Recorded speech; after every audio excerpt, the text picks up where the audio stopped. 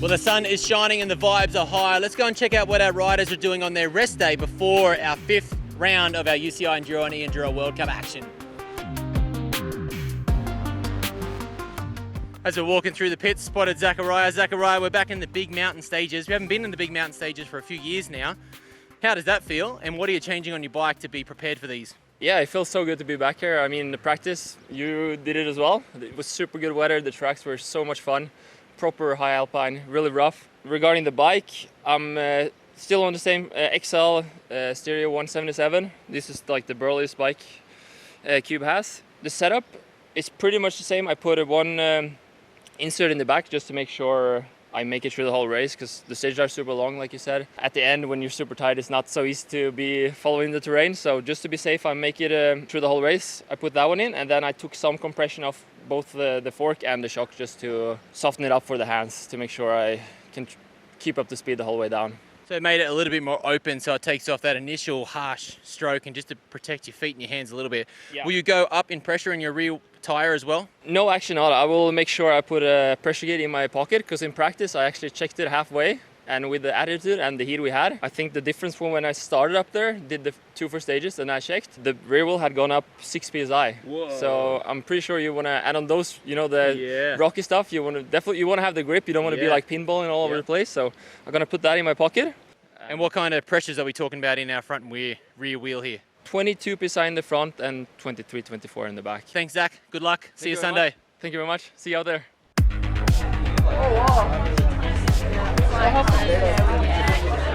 We heard mention there was coffee, so I'm going to go looking for it, and look at all these fabulous crew we got lurking here under the Commensal pits as we butt into Magsy and Raywin's conversation. Raywin, what's going on here, Shermanator? I just had a small hole in my elbow from the weekend, and I ended up getting super infected and spent Monday night having an emergency surgery. Unfortunately not racing this weekend. The turnover was a bit too quick, but yeah, feeling way better, and yeah, should be all right for Ludenville. Hectic, mate. Great to see you. Let's push our way in here and see who else we can find. Hannah, a bit of a change in the schedule, some big mountain stages. You're a big fan of the big mountain stages. What do you like so much about this race? The views. The views are great, and just to get to ride so much trails in one day, I think it's really nice. Super nice. It's great to see so many stages back on. Isabeau, down here and enjoying a cheeky coffee. What's the vibes these last couple of days? I think it's been great to enjoy a few rests finally, and today to hang out with the girls. It's been a while since we did not have a coffee with all the girls, so I'm super happy for that, and it's quite special for me. Like, I know I don't have a lot of rounds, to end my pro career, so I'm super happy to just enjoy the vibes. That's right. Now that's the thing. Have you been starting to think about just taking advantage of these moments and just enjoy the process, enjoy the times, enjoy the people? I try to find the balance in between not having too much pressure to, go for it and try to end my career on a super, like my pro career, because it's not the end of my career, on a super high note.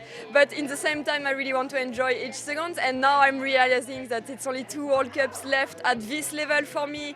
And I know I probably won't be as fit as ever. So I just want to find the right balance in between everything. But it's quite a hard task. Super hard, and you're going to make me cry just thinking about it. What is your coffee order here? Just black coffee for me always. That's right. Noga, what is the main coffee everyone's having? Well, it's a mix. There is some espresso, there is a cappuccino with oat milk, there is cappuccino with normal milk. I mean, it's super hard to be a barista here, but I think that could be my next career. Take whatever you're handing out. Espresso. Espresso. Okay, espresso it is. There we go, we're on here. Okay, we'll see you in 30 minutes. While we wait, we'll chat to Morgan over here. Morgan, you've come off a great race in Combloux. Now we're back in some big alpine stages. How do you feel about that? Yeah, it's quite different than Combloux, the stages, the ground, the rocks. But yeah, I'm feeling good. I got a bit sick last week, but actually it went like perfectly in between the 2 races. So that was good. And then, I'm really excited for this race. It's it's beautiful. It's like proper enduro. It's really varied as well, like some really high alpine stuff. Stage 4 is like super nice dirt, really long trail. So yeah, I'm super excited for tomorrow. As we dip into the coffee. All right, so as we're leaving the free coffee from Noga at the Commensal pit, surprise, surprise, look who shows up, Jesse Melamed. Jesse Melamed's not scared of a free coffee or two. Jesse, how are you enjoying the rest day vibes? I have been missing it this year. I think it's like, it just allows us to practice, digest everything, prepare everything for race day, and come in like a little bit more level-headed, and I really enjoyed it, yeah. Right. Talk to me about bike tech. A lot of chatter this weekend about the big stages, the rough, the rock, the dirt. What are you doing with your tyre pressure, and what are you doing with your suspension? Any major changes? Any minor changes? I'm changing air pressure and damping to kind of work in my favor for the longer stages. And then that's why I'm running like a shock whiz on my suspension, so I know like what my pressures are at from when I set them here and at every stage. Because we're out there for 7 hours, different temperatures, different elevations. And so this has been like super nice just to know like, okay, if I'm dropping into the stage, what is my suspension pressure at? And then if it's like lower than I think it should be, I'll add a click of compression or the opposite and take it off, just so I like mentally know what my fork's gonna do when I set the stage. Tell me the sauce. What kind of secret sauce are you putting in your tires? What are the numbers? Here it'll be 20 and 22. Yeah. 20 and 22. Yeah, I'm a light guy. You're a light guy, but you do not ride light. No, I try to float though. I try.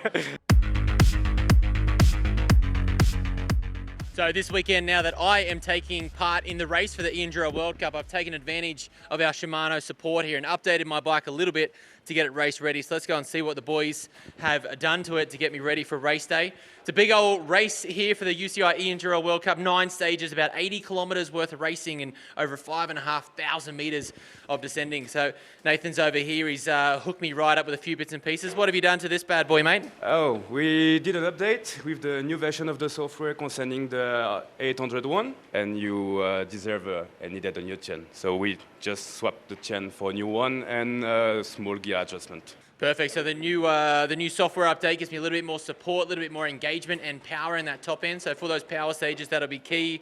Fresh chain for race day. I've also went for the 203 Ice Tech rotors to help me with the heat build-up, which is definitely handy on these massive, long physical stages. So very, very grateful for the Shimano support. If you do happen to be at a Whoop UCI Mountain Bike World Series event, you can come and have a crack at their Zwift power to max scenario here. So I'm going to get thrown under the pump here and have a red hot crack. So see what we got. Alden, 1293, that's pretty good. Gershi, 1240. Williams, 1081. Oliver's, 1001. Whew. All right, at home, I can put out almost 890 watts. So we'll see what we can put out on the Zwift thing right now. Ready, set, go. All right, ready, set, go. All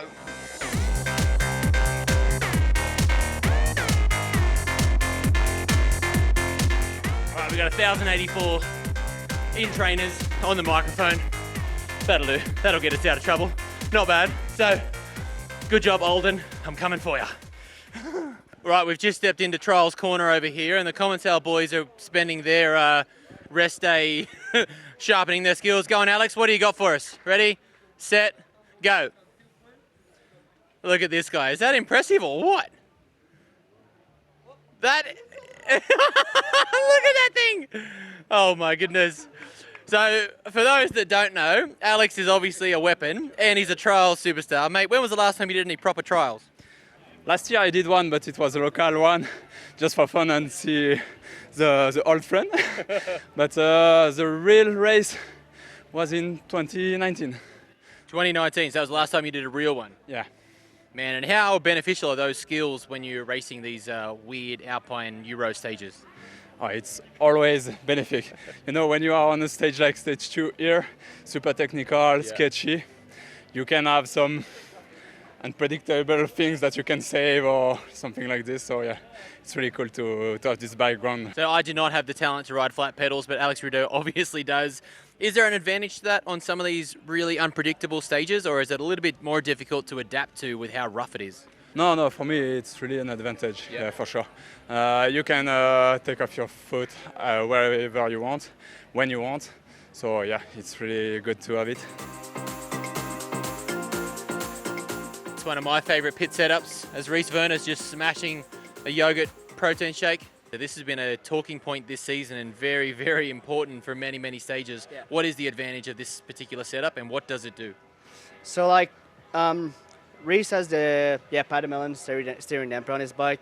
You get like a bit of resistance on your steering wheel to like just save your arm, like avoid oversteering and stuff like that on the stage. He runs it pretty low, but yeah, you can adjust if you want it stiffer lighter. And So this is a brand new design from a lot of different companies recently that what it does, if you hit like a root or your front end starts to tuck, it removes that oversteer. So when you oversteer, it steers too much. Okay, so if you hit a root and it gets slippery and it tucks underneath you, this can stiffen your steering headset so it doesn't tuck. So it takes a bit of pressure off. It keeps a little bit more stability through those rough technical sections.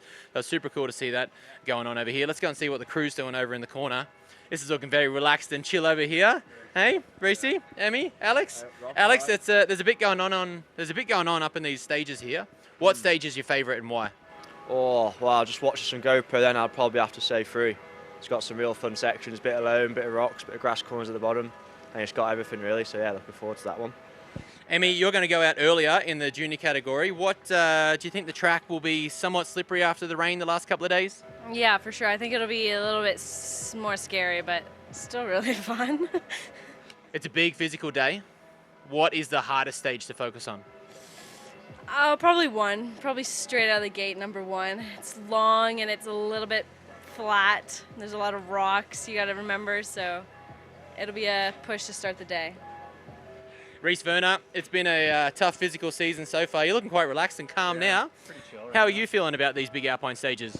I think it's cool. I think like that's kind of what differentiates enduro a little bit is kind of long alpine stuff, and instead of just like 5 mini downhill runs, it's cool to have some long stuff. So yeah, big day is also cool. Should be super physical. So this is a big thing that we don't get to see too much for the enduro prep, right? So all of our athletes will watch these GoPro stages maybe 3, 5, 10 times. How many times do you watch this, Alex? Oh, I fall asleep watching it. Look at his journal. You got a journal. You'll script it all. Watch it all night. I love it. Emmy, how many times do you watch it? Yeah, maybe once. And Reese, you're watching it now. How many times? Not that you can see it. Yeah, I don't know, like 3 or 4. It's hard to like watch it too many times, then you start to like just get more used to the GoPro than the trail, so kind of just like key sections to pick up on, but most of it you just got to ride. Mostly you just got to ride. So a lot of riders, as you can see, it's on the iPad here, but you can stop this. This is the top of stage 2, which is stage 5 for our e-bikes. And look at all these different rocks and lines. Don't get distracted by the view, but as we go down here, you can really pay attention to some of these finer lines and realize that, oh, there's an inside there instead of the outside. As we go down further, all right, you want to miss these rocks on the outside there and get a bit more drive. These intricate little details, that one there, don't go the big one.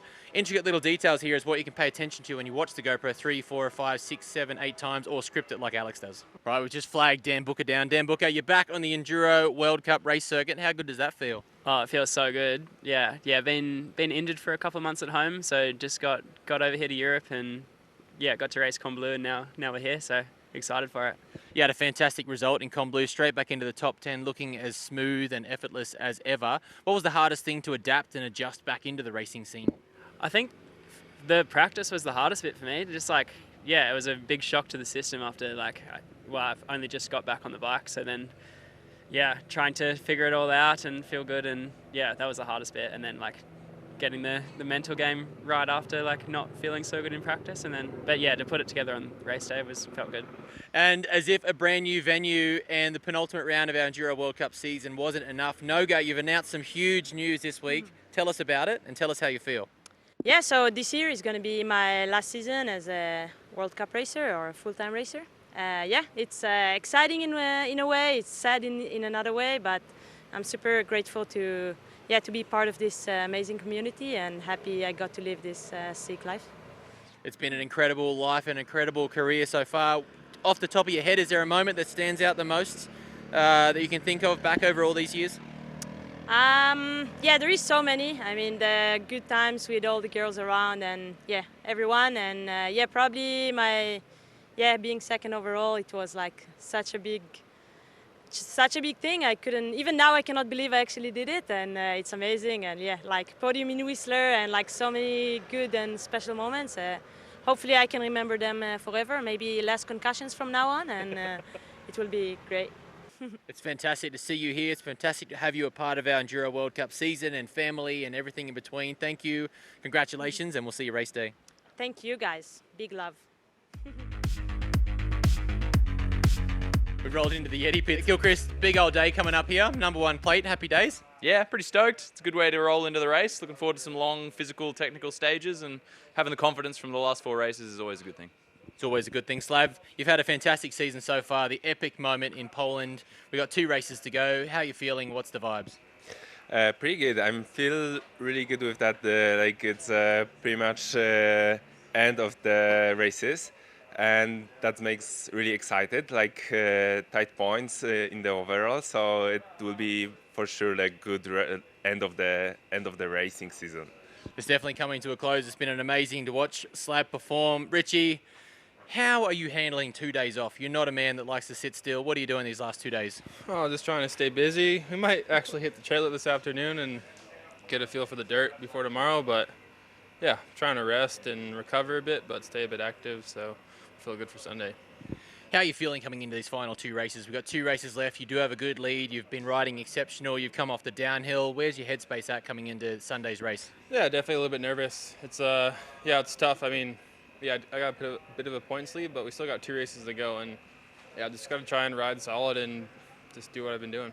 Well, good luck, mate. We're going to wander through the pits here and see what the other boys have got going on. Shimano Hughes, you're double layering a couple of fresh wheels here. Richie reckons he hasn't changed much, but I don't believe him. What's going on with Richie's bike for this weekend? Well, it's got no tyres on it at the moment. That's probably not going to help anybody. Are you going up in pressure? What are you doing to Honestly, get ready for the altitude changes and all that kind of rocks and rough stages? That's the pressure stuff's kind of all up to him on how he feels when he gets up there.